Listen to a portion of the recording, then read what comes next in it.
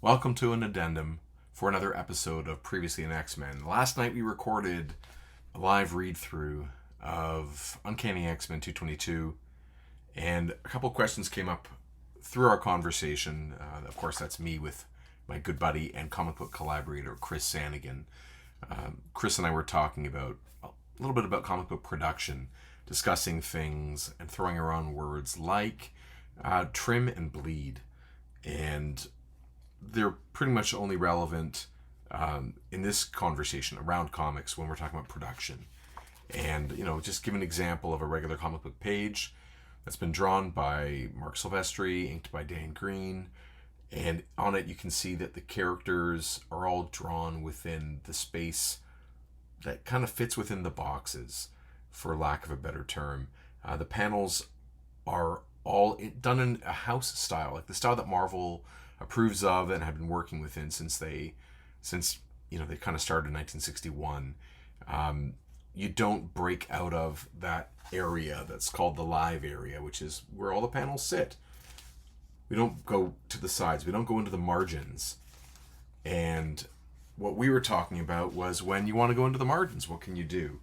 And as a comic book maker on the art side, I'm interested in those margins. I'm interested in breaking them. A lot of artists, through the 90s and in modern times, are using that space as something to be creative within. And I wanted to look particularly at some work by the one and only Mike Mignola. So we're going to just take a quick look at an artisan edition of Hellboy in Hell and Other Stories to just see original art. Of course, it's reproduced here. But to take a look at original art and see when an artist wants to use the area outside in those margins. And what's in the margins is referred to as the live area. What's outside of those margins, eventually it's the space where the gutter is what I would normally call it. But at the edge of the gutter is something called the trim, which is where in manufacturing, the machines are going to literally trim the paper down. And then there's another space beyond the trim, known as the bleed, and we're going to talk about that. Here's a great example of the difference between the live area, the trim, and the bleed. So the three areas that we're talking about here on a comic book page. This is a page from Hellboy in Hell. Here we have a reproduction of Mignola's original art. Like it or don't like it, doesn't matter to me. But we're here to look at this from a production point of view. So on this, you can see there are these production lines, this blue stuff with some text there. They're there for the artists as a guide for how they need to space things for reproduction. This has nothing to do with art style or craft. It has to do with preparing artwork for reproduction through print and manufacture. So it's really a manufacturing concern.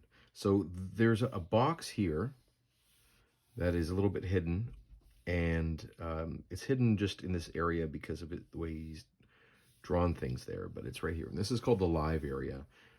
That is the area in which you would normally place anything of importance, especially text. In a regular comic book, it is the area where the panels are. If we were to find a traditional page on that side, there you go.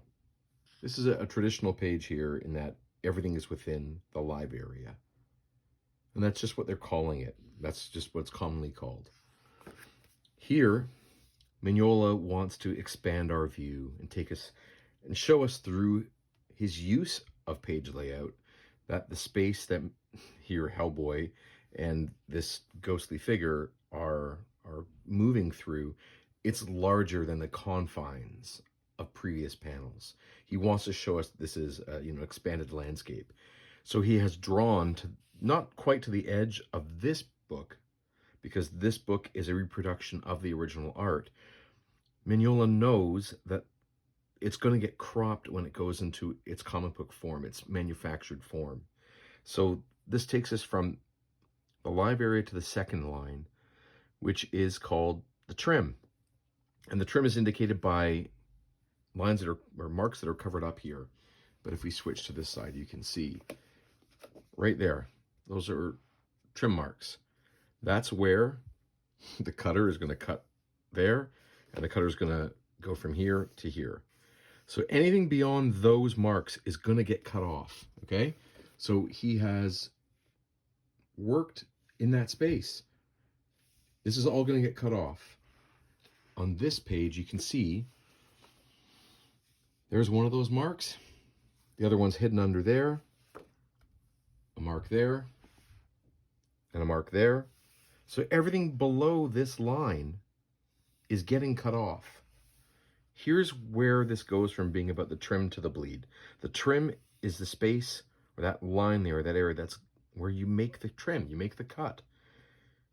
What's underneath it, now we're in what's called the bleed. This is because, have you ever tried to cut a huge, well, cut paper on a paper cutter, and if you do too many sheets, you kind of lose accuracy as you're going, and the ones at the end of your cut job, the ends of the pile, don't get the same evenness to the cut and accuracy of the cut as the ones at the top of the pile. Well, we want to make sure that when we cut this piece of printed comic book, this printed sheet, that there isn't all of a sudden a gap at the end of the artwork, because Mignola is drawing to the edge of what he thinks the paper is going to be when this is reproduced and manufactured. So he's drawn all the way to the bleed, which in this case is that dotted line at the very end. He's gone over to make sure there will not be a space, there will not be a gap between the edge of the trimmed page and his artwork. His artwork is going to go all the way to the edge. On this side, he's not worried about it because he's kept his artwork within the live area. But on this side, he's pushing things all the way to the edge. So he's pushing past the trim all the way to the bleed. And that's what I was talking about last night. So again, this is not an art concern. It is a reproduction and manufacturing concern. And if you don't do this, your work is going to look unprofessional, unfinished, amateurish. If you have a gap between, if you only draw to the trim and have that gap, if things are not cut precisely, you have to plan for them not to be cut precisely.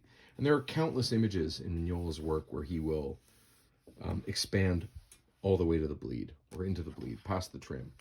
Lots of times he doesn't, and lots of times he does. And I love when he does. I find it creates a really beautiful mood in the final version, right, in the printed version. So yeah, and this is something that you don't find in earlier American comics.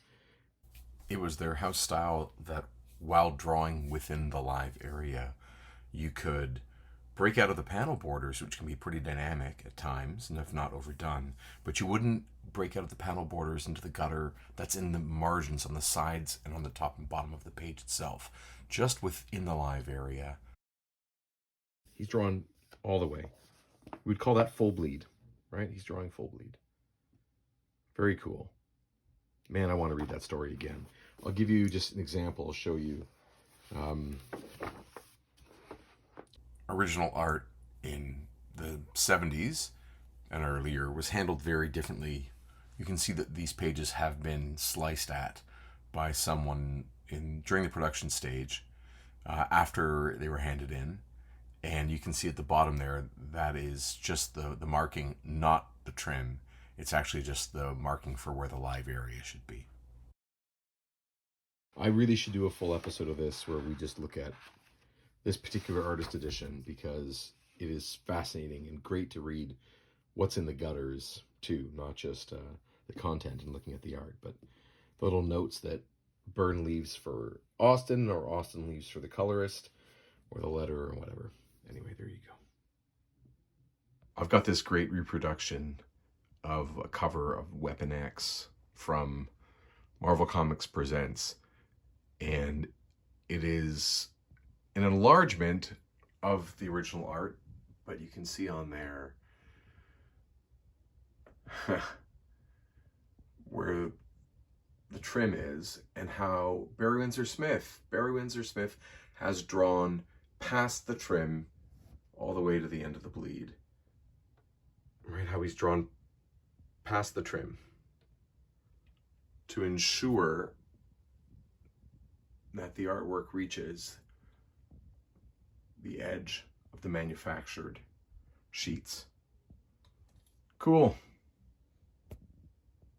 Final thought on this issue for me was, it doesn't feel like this was a fair representation of what's going to be in this book. There wasn't really a good fight between these two guys, and yeah, I'm concerned.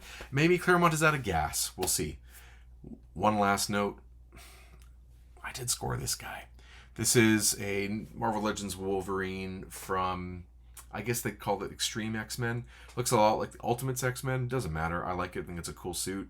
I did switch the heads out though. Normally it comes with that one, but I really dig this one, so I swapped it out, and it's a cool Wolverine. It's on my shelf at the moment. So normally I would say this during the episode. We show this guy, pose him a little bit, but I thought I'd throw that in there now.